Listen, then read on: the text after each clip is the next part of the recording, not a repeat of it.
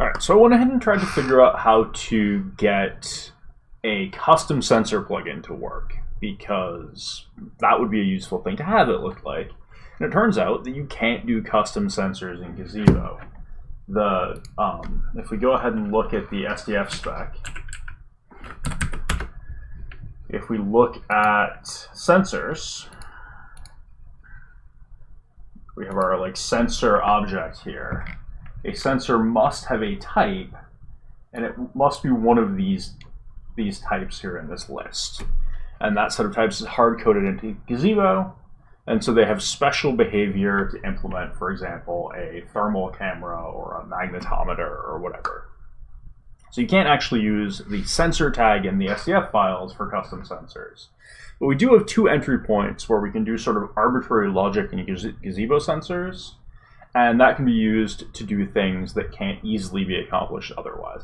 I think for most of what you want to do, model sensors are going to be sufficient. But when model sensors aren't, or sorry, model plugins should be sufficient.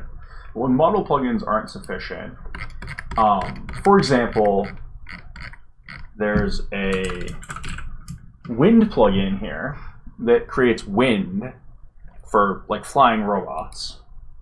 And what the wind plugin is a world plugin. So that's an API that might be useful for something, although you probably don't want a world plugin per thing. That probably is what a model plugin is for. We also have these world update events. I'm assuming that this is ticking with the physics. And so if you want to sort of simulate a sensor that runs asynchronous to any other topic, you could go ahead and put in a world plugin that sort of acted as a clock, publishing on a topic, and then have your model plugin subscribe to that and republish as your custom sensor. The other interesting kind of plugin that exists. Gazebo has tutorials.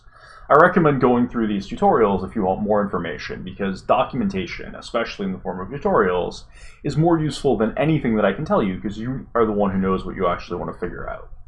But the other interesting thing here for plugins,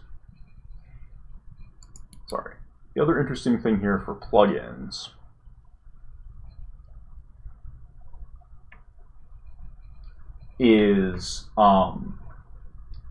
we can create custom plugins. It's right here. Write a plugin. There we go. The other kind of plugin that we have is a system plugin.